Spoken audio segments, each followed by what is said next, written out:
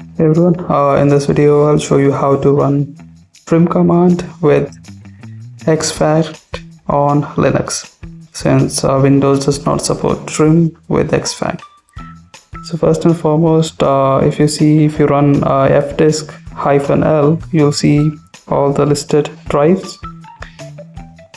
So I'm trying with /dev/sdc and it didn't work. So what I'm doing is I'm just copying and pasting the full location of the drive mount point or the media and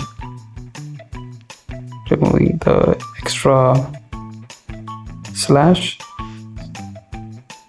So one thing is it does not play well with spaces, so you have to escape it with backslash and then space.